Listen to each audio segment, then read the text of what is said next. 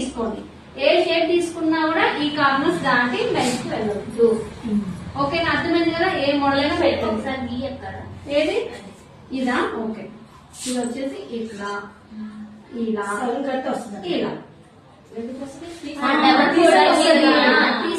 ఇలా double folding మీద పెట్టండి. డబల్ ఫోల్డింగ్ అంటే మనం బ్లౌజ్ కూడా కుడితే నార్మల్ బ్లౌజ్ నెక్ రౌండ్ ఇంతే వస్తుంది. దాన్ని తీస్తే ఓపెన్ చేస్తే మొత్తం రౌండ్ వస్తుంది. ఇప్పుడు దీన్ని కూడా ఏ షేప్ అయినా మనం సగమే గీస్తాం. ఈ సగమే గీయాలి. ఏ షేప్ అయినా ఈ సగమే గీయాలి. ఈ సగం ఇటువైపు గీసామనుకో ఇంకొక సగం అనేది మనకి బ్లౌజ్ ఓపెన్ చేస్తే వచ్చేస్తుంది. అర్థం కదా? ఇందాక మీకు ఏం డౌట్ వచ్చింది ఒకసారి చెప్పండి. ఆహా, ఆ డౌట్ కాదు. ఇందాక నేను మీకు క్లాస్ లో చెప్పేటప్పుడు ఏదో డౌట్ అడిగారు కదా, గుర్తుందా? మీరే ఎవరో అడిగారు అంటే సగమే కట్ చేస్తే ఇంకా సగం ఏమైతుంది అని.